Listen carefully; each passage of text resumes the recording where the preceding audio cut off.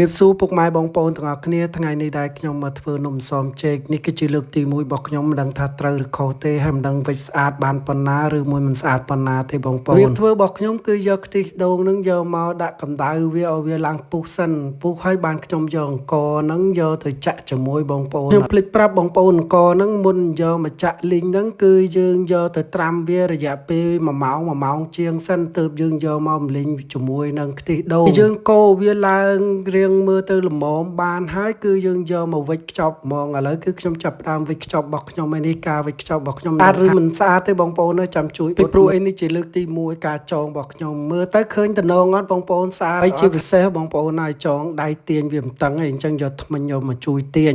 ទៅបានវារេតតឹងល្អហើយការវិចនំហ្នឹងបើសិនថាពេលយើងចងមិនតឹងគឺវាចូលទឹកបងប្អូនអញ្ចឹងខ្ញុំត្រូវទាញនឹងនំរបស់ខ្ញុំគឺបានវិចហើយបងប្អូនអញ្ចឹងចាំអ៊ុតនៅវីដេអូក្រោយពេលដែលខ្ញុំស្ងោរឆ្អិនបាទអរគុណជម្រាបលា